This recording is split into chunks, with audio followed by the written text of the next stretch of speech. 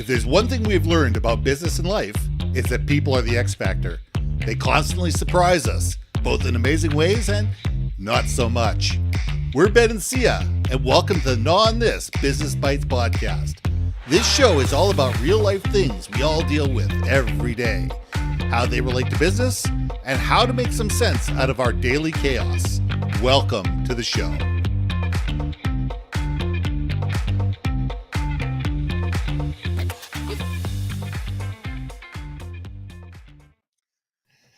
And welcome back to another episode of Gnaw on This Business Bytes. I'm Ben, and this is Syya. So last week we started talking about leadership, and we talked about, the Peter Principle. We talked about, the need to be able to bring people into a vision, be able to communicate more effectively, the need to be able to set goals, aspirations, expectations, and be able to sit there and say, how do we enable not only the person who's the leader to succeed, but the team around them to succeed? And Syya left us off at the last minute with a thought. It says, okay, alpha leadership. Is it the only way to succeed in corporate America? If we're looking at alpha leadership, the narcissistic, typical leader that we have, that we see on television, that sit there and say, I'm going to step on your toes and be able to crush your arms so I can get at the brass ring. Those stereotypes that we see all through the movies, that we see all through television, that we all have the war stories of that one leader that you couldn't trust in anything. And you kept stuff from them because knowledge was power. And the thing is, if you could keep stuff from them, they couldn't use it to be able to bite you in the bum. And I get that. There is that stereotypically vision of these hard-hitting leaders that if they want to be up in the C-suite, if they want to be the captains of industry, if they want to be the person that's making the $1 million in dividends at the end of each year, you know what? The only way to get there is to crush people around them. Do I believe this? No. Does Syya believe this? Well, we'll have to listen and find out. I think these people exist. There's no question that these people exist. A lot of it has to do with culture. A lot of it has to do with how they were raised, how they were brought into the industry, and, quite honestly, the people that they hang out with. But is it the only way of doing it? I don't think so. But Syya, let's gnaw on this. Okay. Look, peoples, I'm going to say my philosophy in life is I believe that humans are inherently selfish. Just human necessity to survive, okay? I don't mean selfish in that evil, malignant way. I mean selfish in the context of self-preservation, right? So in a fight or flight type way. It's kind of a fight or flight type thing. And I do believe when we're talking about leadership, I do think we need to do an asterisk of levels of which we're kind of talking about, okay? Mm-hmm. Because I do think mid-tier executive levels, it really goes along with our last week's conversation, which is, look, the leader drinks last, leader eats last, a good one, right? I'm going to argue in a mid-tier enterprise space, perhaps, right, in that context. What I'm talking about now, though, to challenge us was last week, it is well known and documented that when you do personality tests on these Fortune 100 type executives, they have tendency to show psychopathy. I don't know if it's malignant narcissism or narcissism to some degree, but it is in order to achieve those types of roles where you have to make very tough decisions, there has to be a certain amount of detachment, I think, to make some of those decisions. Now, I'm not saying that they're machines and they're emotional. Look, I cannot raise my hands. I don't know of any billionaires. Okay. But my observation of watching the behavior, some of the decision making that's being made, I do think there's a certain amount of self-preservation that these particular personalities, to achieve that level of leadership, I think they have to have. You Because here's where I'm going to go with this. And rest in peace, Jimmy Carter, uh, who passed away, last month. He did get attainment of president of the United States, but no, I don't know if anyone, even those that loved him, would argue that he didn't lead without his heart. And because of that, I think a lot of some of his decision making, he was definitely a huge humanitarian. There's an assumption of weakness because he was heart driven as an executive leader. And I think, with our current president, no one would argue that individual leads with his heart. He leads with his emotions, but not with his heart, which I think is a big differentiator. So is Jimmy Carter, the stereotype of an executive that you would think at the Fortune 100 level, or do you think of our current United States president? I would venture to guess everyone would go with our current president is the stereotype. And what is that? That is what I'm talking and arguing about. And people will still follow the executive leader either way. I just wanted to have some fun and debate this because I think you have to have a certain amount of self-preservation to be at that level. And maybe sometimes it is eat first. I don't know. Or eat your young first. Or eat your young first. So yeah, audience, I'm going the anti route, anti-hippy dippy, because we always agree, and I'm just going to go with no. Sometimes if you want to be a good, strong leader, you're going to have to say no.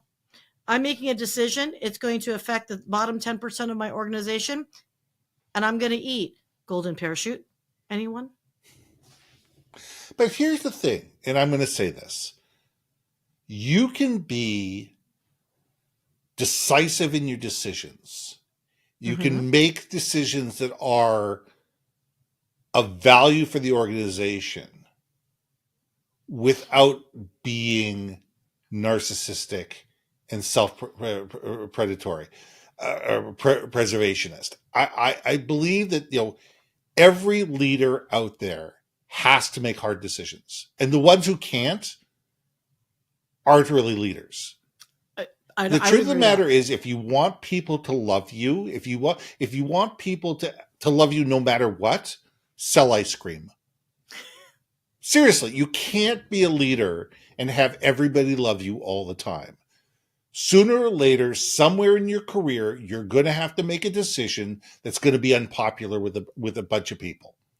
And that's life. Now, as you move up the food chain, as you move within the top 100 executives in Fortune 100 companies, the decisions that you're going to make are going to be far more prevalent. There are going to be a lot more of these decisions, and they're going to be far more impactful. We don't know what happens at the executive level in the boardrooms. We know what comes out of these decisions. We know at the end of the meeting, 1,000 people are going to have to be fired, or 1,000 people are going to be let go, or we're going to do early. But the question is, do they do this in terms of bridging retirement, early retirements? How do they bring these 1,000 people to bear to be able to reduce the workforce within the company? Is it just arbitrary pink slips, which it is in a lot of companies? And a lot of companies, and I've seen this from Fortune 100 executives that build where they had to lay off 600 people and close down an entire plant, sat there and said, how can we do this and enable these people to be successful moving forward? And I've seen it both ways. So I am a big believer of, just because 1,000 people got reduced from the workforce, it's how is it being done? And is there a sense of empathy? Is there not a sense of empathy? Doesn't matter. Those 1,000 people got to go, and that's life. You're cutting 1,000 people, and you're hurting 1,000 families, and maybe an entire community by doing this. But the question is, what are the decisions that are being made along with that decision in order to soften the blow and to provide either a parachute or a cushion? And some leaders think about these sort of things, and some leaders don't. And a lot of people are sitting there going, if I lay off 1,000 people, stock price goes up, so my bonus goes up. Good. All right, how many people can I lay off? And a lot of people are that cold hearted. There are people that are that cold hearted, but there are a lot of people that sit there and say, okay, the company, can we as an executive take a 10% discount, and therefore we can save 500 people and only have to lay off 1,000, but 500 people get to stay on the board. So different companies, different leadership, different cultures, different mentalities, different CEOs, different boards of directors, different types of industries tend to be more cutthroat. I would say high tech is probably as cutthroat as they come. The VC market is can be as cutthroat as they come. There are industries that are generational family businesses where they've been very successful over the years, where when they have to make hard decisions, the decisions are made very differently. So we need to think about this not as a carte blanche and everybody thinks the same way and everybody acts and reacts the same way. Different leaders, based on their psychology, based on their training, based on their upbringing, based on who they're hanging out with and the makeup of the boards of directors, will make different decisions and act and react in different ways. Look, I don't disagree, my friend, on that. Damn it, Janet, I'm trying to make something controversial. I do want to make one notation because I just remembered it. It's not necessarily psychopathy. It could be sociopathy. Sorry, I gotta differentiate. Of course, this is not a medical diagnosis on anyone or an indictment. We are not doctors and we are not psychiatrists or psychologists. Nope. I'm just repeating articles that I've read. Whether they're legit or not, I don't care. I'm just simply saying sociopathy versus psychopathy with a little mix of narcissism, malignant narcissism in the mix. That's all I'm going to say. No, I think even for those particular CEOs that are willing to take a pay cut in order to save 500 jobs, that's a different breed of leadership versus, let's just be brutally honest, you guys, like these golden parachutes, we've bailed out these, like all the car companies. Okay. How many titans of industry have been bailed out by the federal government? We have bailed, again, a U.S.-based, obviously, conversation, but we have bailed out these major industries. I'm going to go ahead with automotive. I'm going to pick on them. Banking. I'll pick on banking, okay? We bailed banks out a few years back. Remember that? And not a year later, the CEO and the boards gave themselves raises and, increased. Hi, we bailed you out, and you just doubled your freaking payout. Yep. This is where, again, I'm going to argue at a certain level, somewhere in this mix, and I would love Wells Fargo, Chase, whatever, Ford, to come back at me because I know they don't give a crap, but, why not? To come back and say, yeah, no, the reason why we justified our ability to pay out more, or even let's just go politics, our freaking Congress has voted raises for themselves consistently. Help me understand and justify that.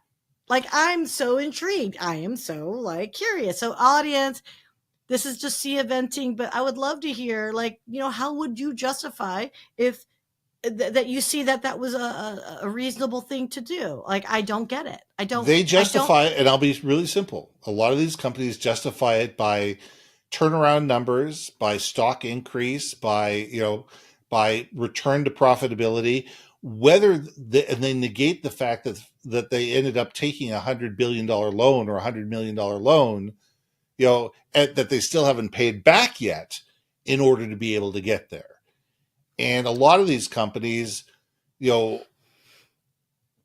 reward their C-suite, reward their senior executives based on stock price, not on profitability. Oh, yeah. And I think there's a whole argument that can go along with that, but that's neither here nor there. It comes down to, how are you as a leader motivated? Are you as a leader motivated because if the stock goes up, you're being paid a lower salary and bigger dividends, and because of that, you're going to make more money. Ergo, you're going to make the decisions that are going to manipulate the stock price. So therefore, your bonus goes up. And you know what? Salespeople do that all the time. Salespeople at the end of the month are far more motivated, or the end of the quarter are far more motivated than they are in the middle, because they know that their bonuses are on the line. We all sit there as individuals and we make decisions based on what is going to benefit us and what's going to benefit the people that are like us. And if this is right, whether this is wrong, this is. And I think that we need to sit there, and we could talk about this forever, and I think we're going to have to land this plane. But companies need to start thinking about triple bottom lines, people, profit, and personalities, and be able to sit there and say, okay, how do we enable not only the senior leadership to be able to benefit when things go well, but everybody in the company to benefit when things go well. And when things don't go well, guess what? Everybody takes a bit of a hit as well.